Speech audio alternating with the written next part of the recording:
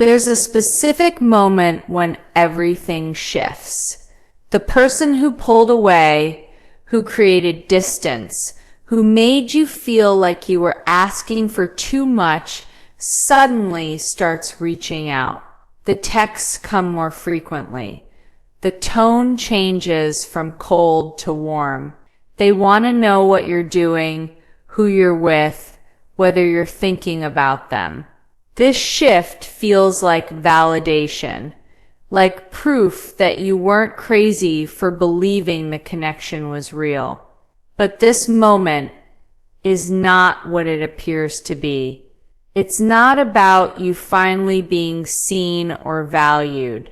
It's about control, about the avoidant person's deep discomfort with losing their position of power in the dynamic. Understanding this moment and what precedes it reveals the entire architecture of avoidant relationship patterns.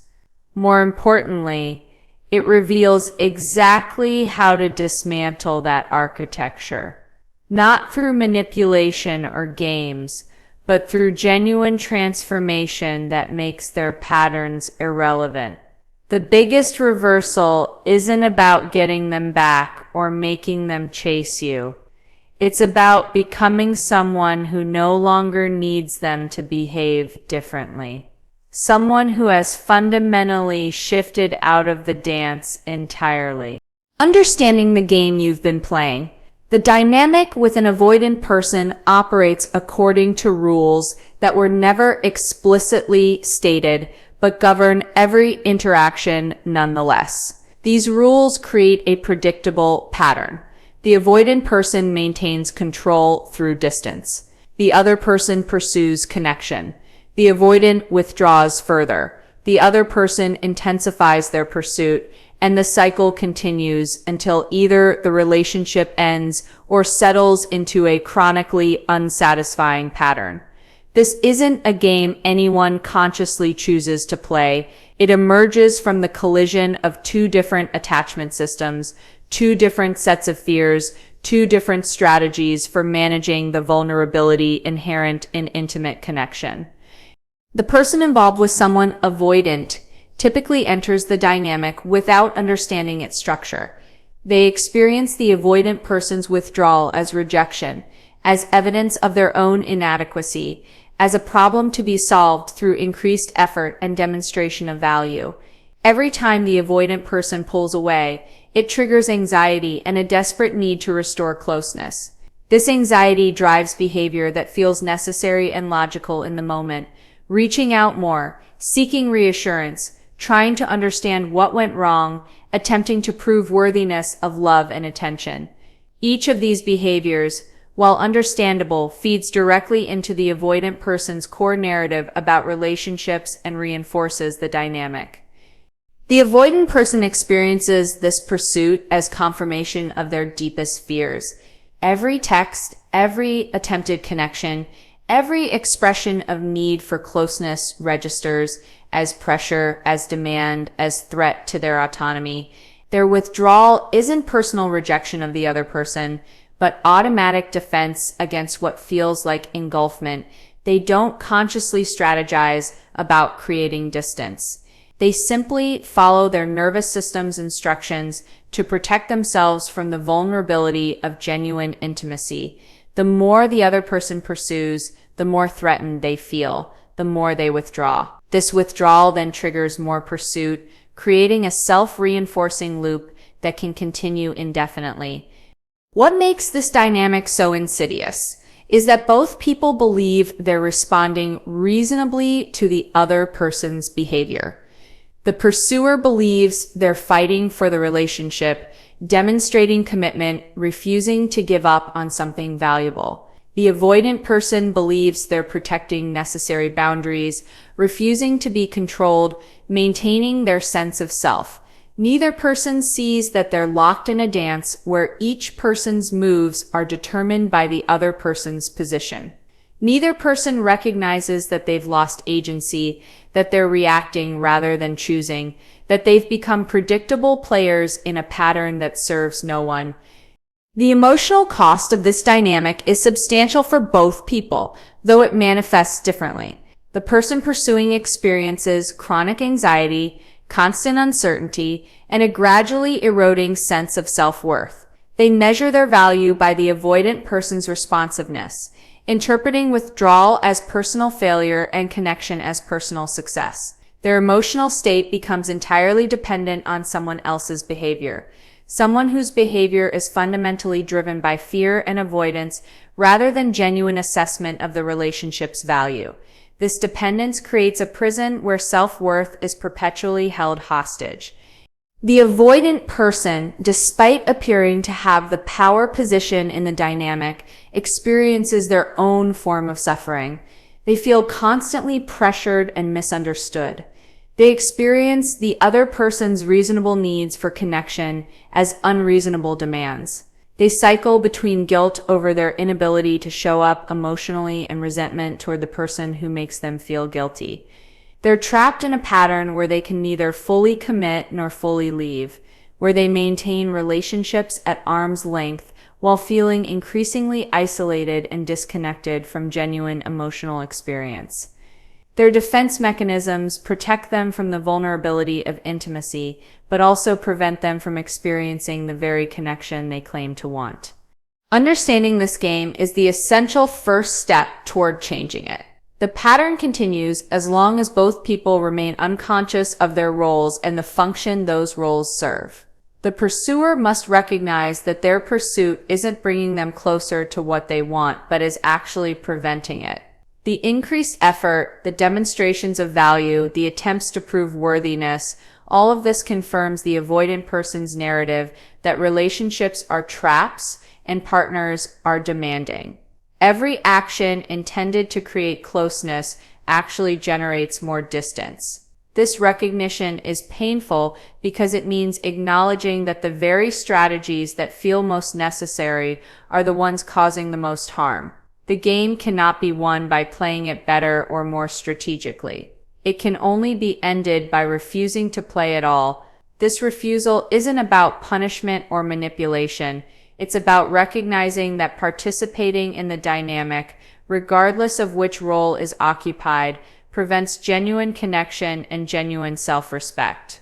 The biggest reversal begins not with changing behavior to get a different response from the avoidant person, but with changing behavior because the current pattern is fundamentally incompatible with self-worth and authentic relationship. The power of complete emotional withdrawal. The reversal begins with a withdrawal that is fundamentally different from anything that has happened before in the dynamic. This isn't the temporary pulling back that seeks to create anxiety in the avoidant person, the strategic silence designed to make them miss you, or the wounded retreat that hopes they'll notice and come running. Those tactics remain within the game, attempts to gain leverage or shift power while still fundamentally caring about the avoidant person's response. The withdrawal that creates genuine reversal is something else entirely. It's the complete cessation of emotional investment in the dynamic itself. This withdrawal starts internally before it manifests externally. It begins with a shift in focus from the avoidant person and their behavior to oneself and one's own patterns.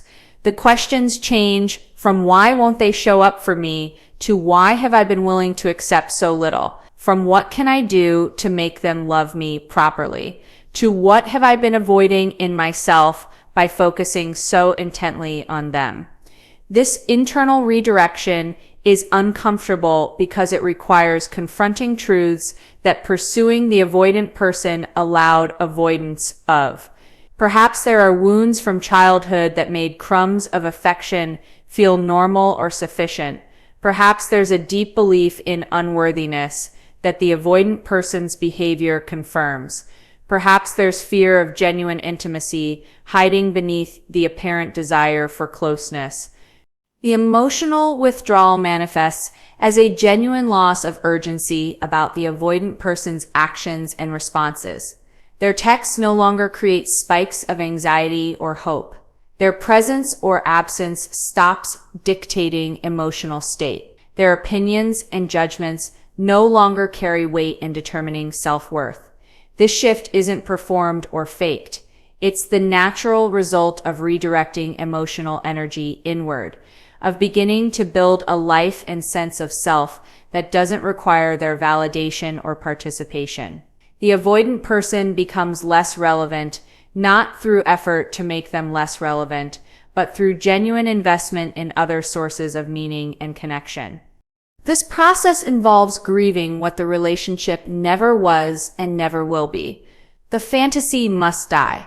The hope that if only the right words are found, the right actions taken, the right version of self presented, then the avoidant person will suddenly become available and present.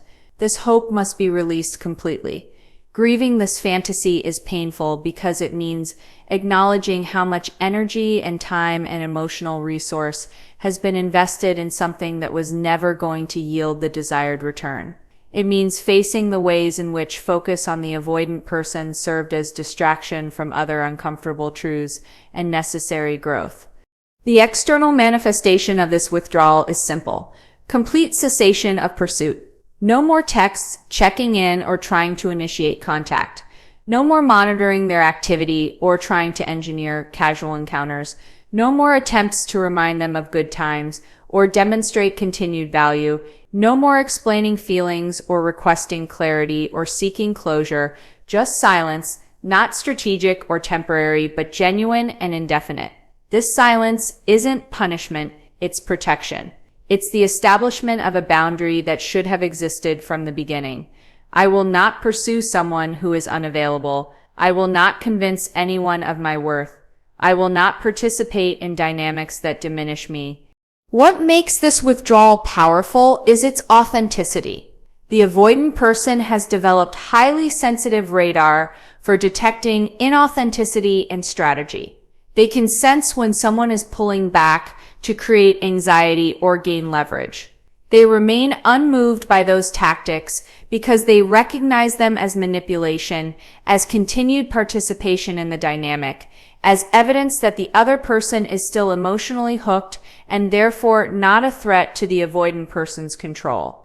But genuine withdrawal that stems from actual shift in priority and investment, registers differently. It creates a disturbance in the pattern that the avoidant person cannot ignore. The avoidant person initially experiences relief when the pursuit stops. This is their desired outcome, the goal their withdrawal has been driving toward all along. They feel the pressure lift, the demands cease, the uncomfortable expectation for emotional presence disappears. They interpret this as confirmation that ending the relationship or creating distance was correct. They settle into their preferred state of autonomous functioning, freed from the burden of another person's emotional needs. This relief phase can last days or weeks depending on various factors, including how quickly they move into another relationship or distraction. But beneath the relief, something else is happening. The avoidant person's sense of control is fundamentally tied to knowing that the other person is still emotionally invested, still available, still hoping for reconciliation or connection. When that investment continues, even in the form of hurt or anger or attempts to get response, it confirms the avoidant person's importance and power. They may not want the relationship, but they want to know they could have it if they chose to. They want to occupy space in the other person's mind and heart. They want evidence of their impact and significance. The genuine withdrawal removes all of this. As time passes without any pursuit, without any signs of continued emotional investment, the avoidant person begins to feel something unfamiliar and deeply uncomfortable. The silence starts to feel different from previous silences. It doesn't feel like the hurt withdrawal that precedes renewed pursuit. It doesn't feel like strategy or manipulation. It feels like genuine disinterest, like actual moving on, like the possibility that they no longer matter to this person who once organized their entire emotional life around them. This possibility is intolerable to the avoidant person's ego and triggers anxieties they've been avoiding through their relationship patterns. Becoming genuinely unavailable, The withdrawal creates space, but space alone doesn't constitute reversal. What fills that space determines whether genuine transformation occurs or whether the same pattern eventually reasserts itself. Becoming genuinely unavailable requires building a life and sense of self so full and satisfying that the avoidant person's presence or absence becomes genuinely irrelevant. This isn't about appearing busy or pretending indifference. It's about actual unavailability that stems from being emotionally and practically invested elsewhere. This process begins with reclaiming all the energy that has been directed toward the avoidant person and their behavior. The mental space occupied by analyzing their actions, predicting their responses, crafting perfect messages, imagining reunion scenarios. All of this cognitive and emotional resource gets redirected toward personal development and genuine life building. The shift is dramatic. Hours previously spent dissecting the relationship get invested in therapy, in creative projects, in physical health, in friendships that have been neglected, in skills that have been left dormant. The emotional intensity that was bound up in the dynamic gets channeled into pursuits that actually provide return on investment. The rebuilding addresses the core wounds that made the dynamic with the avoidant person possible in the first place. If there's anxious attachment rooted in childhood abandonment, that becomes the focus of therapeutic work. If there's a pattern of choosing emotionally unavailable partners, the origins of that pattern get explored and understood. If there's difficulty maintaining boundaries or recognizing red flags, those skills get developed. If there's excessive need for external validation, the work shifts toward building internal validation and self-worth. This isn't preparation for the next relationship. It's fundamental reconstruction of how relationship to self and others operates. Genuine unavailability manifests in transformed relationship to attention and validation. The need for the avoidant person's approval or affection fades as internal sources of worth strengthen. Compliments and attention from others, while pleasant, no longer create spikes of euphoria that reveal dependency on external validation. Criticism or rejection, while potentially disappointing, no longer devastate or trigger spirals of self-doubt. There's a steadiness that comes from knowing one's value independent of any other person's assessment. This steadiness is visible in every interaction and completely changes the energy one brings to all relationships. The social and romantic landscape shifts dramatically during this period. Other people begin responding differently.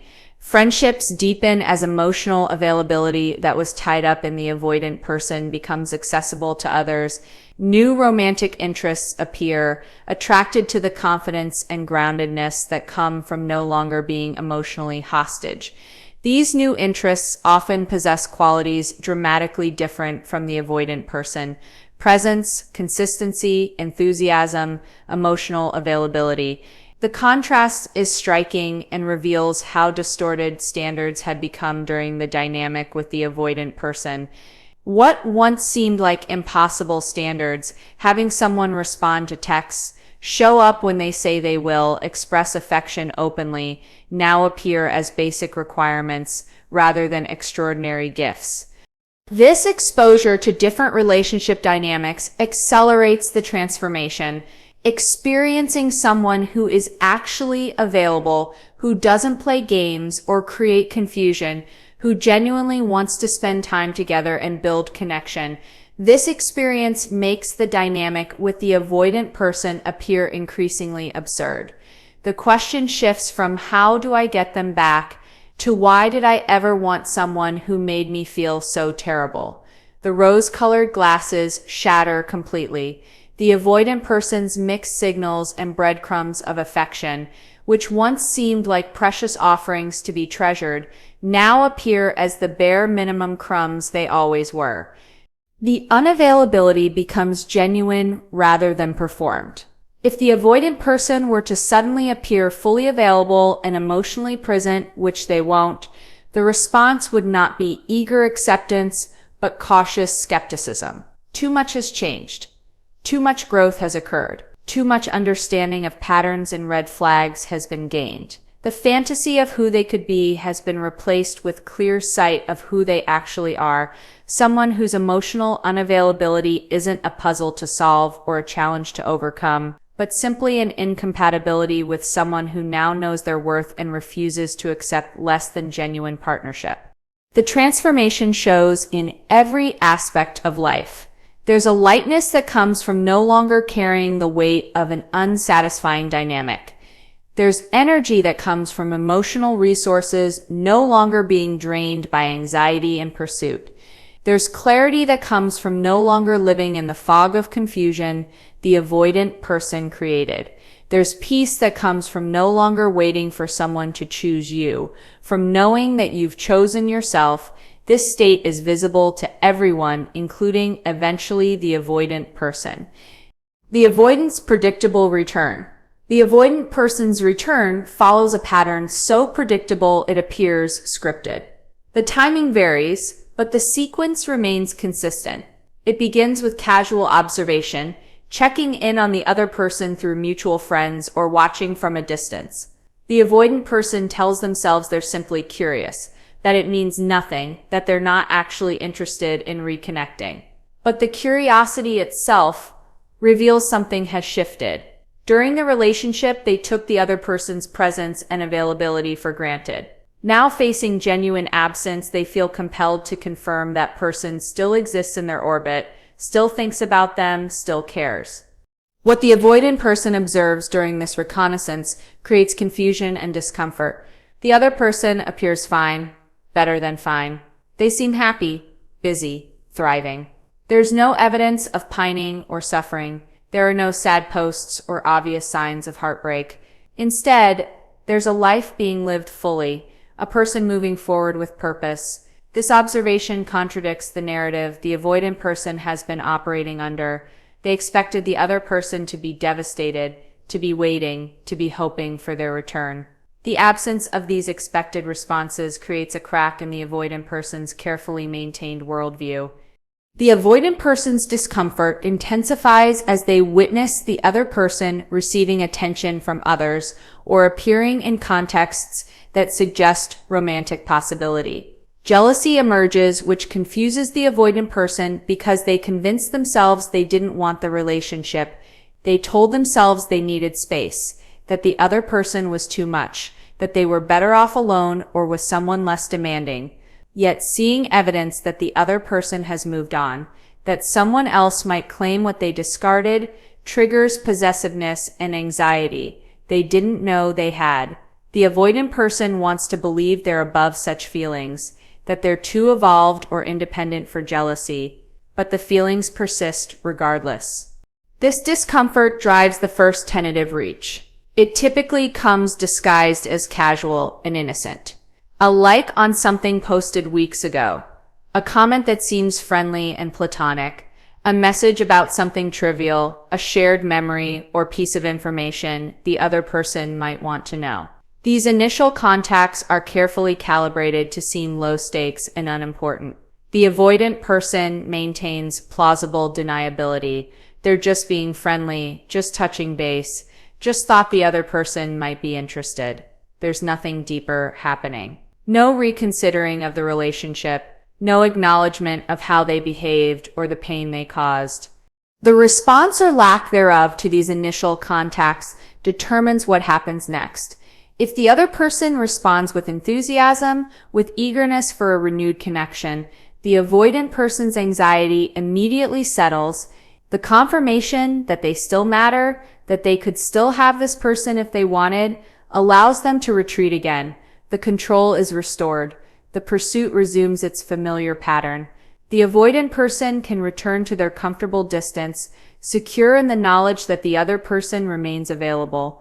But if the response is minimal or non-existent, if the other person treats the contact as genuinely insignificant or doesn't respond at all, the avoidant person's anxiety intensifies rather than resolving. The avoidant person escalates their efforts when initial contacts don't yield the desired response. The messages become more frequent and more direct. The casual pretense drops. They start saying things that never came easily before. They miss the other person. They've been thinking about them. They made mistakes. They want to talk. These admissions, which the other person once desperately wanted to hear, now appear in abundance. The avoidant person who couldn't express affection or appreciation during the relationship suddenly becomes eloquent about feelings and regrets. The transformation is striking and would be compelling if it weren't so transparently reactive to loss of control rather than genuine change. What drives this pursuit is not newfound appreciation for the other person's qualities or genuine regret for past behavior. It's panic about losing their position of importance in someone else's life. The avoidant person needs to know they matter, that they have impact, that they're thought about and wanted. The genuine withdrawal and transformation of the other person threatens this need completely. The avoidant person experiences something they've spent their entire relational life avoiding: the vulnerability of wanting someone who doesn't want them back, the powerlessness of pursuing someone who isn't pursuing them, the anxiety of not knowing where they stand. They're experiencing exactly what they put the other person through, and it's intolerable. The pursuit can become intense and sustained if the other person maintains their unavailability. The avoidant person may declare they've changed, that they understand now what they lost, that they're ready for relationship in ways they weren't before. They may make grand gestures, something completely out of character for someone who previously couldn't manage basic consistency. They may seek out mutual friends to plead their case or ask for intervention. They may write long messages detailing their realizations and growth. All of this activity, this sudden investment and effort, reveals what was always true but carefully hidden. The avoidant person is capable of pursuit and investment when they feel the loss of control, when their emotional comfort is threatened, when someone becomes unavailable to them. The irony is profound and painful. Everything the other person wanted, consistency, effort, emotional expression, clear communication, all of it appears, but only when the other person no longer wants it. The timing reveals the truth about the avoidant person's capacity for relationship. They can show up, but only when doing so serves their own psychological needs rather than requiring genuine vulnerability and commitment. The pursuit isn't about loving the other person better. It's about restoring the dynamic to its previous state, where they held control and the other person did the pursuing. Once that control is restored, should the other person respond positively to the pursuit, the avoidant person's interest and effort fade rapidly, and the pattern reasserts itself exactly as before. The choice that defines everything. The moment when the avoidant person returns, expressing interest and initiating contact after a period of genuine withdrawal and transformation, represents a critical juncture. This moment feels significant because it appears to be everything that was once desperately wanted: their attention, their pursuit, their acknowledgement of the relationship's value.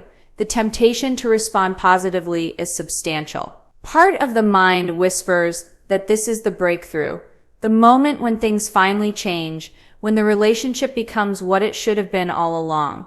This part wants to believe the avoidant person's words, wants to trust their sudden investment, wants to give the relationship another chance now that they seem to understand what they lost. But another part, the part that has been growing during the period of withdrawal and transformation, recognizes something crucial. This return is not about genuine change. It's about restoring the status quo. The avoidant person is not pursuing because they've done internal work or developed capacity for intimacy. They're pursuing because the other person stopped pursuing them, and this shift in dynamic triggered their anxiety. Their behavior is reactive, not reflective. They're responding to loss of control, not demonstrating growth or readiness for genuine partnership. The timing alone reveals the truth. They show up when unavailable, not when available. The choice that must be made is whether to re-enter the dynamic or maintain the transformation. Re-entering feels tempting because it's familiar, because there's history and investment, because part of self still believes the fantasy of who the avoidant person could be. Re-entering promises the short-term relief of their attention and validation. It offers the satisfaction of seeing them pursue, of having the tables turned, of feeling chosen and wanted after a long period of feeling rejected. These psychological rewards are real and powerful. They appeal to the parts of self that still seek external validation, that still believe worth comes from being chosen by this particular person. But re-entering requires abandoning all the growth and transformation that occurred during the withdrawal period. It requires returning to a pattern that has already proven itself painful and unsustainable. It requires believing that the avoidant person has fundamentally changed despite no evidence of the kind of sustained internal work that creates lasting transformation. It requires trusting that their pursuit stems from genuine readiness for intimacy rather than anxiety about loss of control. It requires accepting that this time will be different, even though nothing about the avoidant person's approach suggests they've developed capacity for the consistency, vulnerability, and presence that genuine partnership requires. The choice to maintain the transformation and decline re-entry into the dynamic represents the completion of the reversal.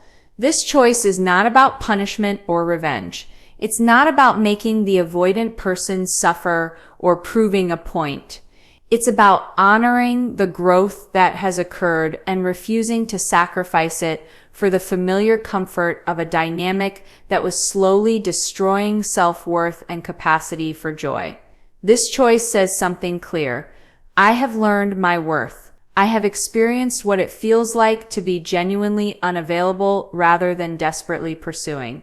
And I will not return to a pattern that contradicts everything I now know about myself and what I deserve.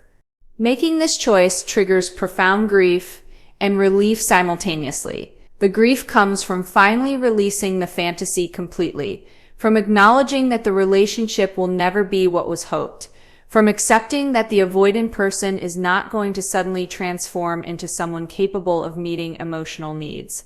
This grief is necessary and healthy. It marks the final death of the illusion that consumed so much time and energy.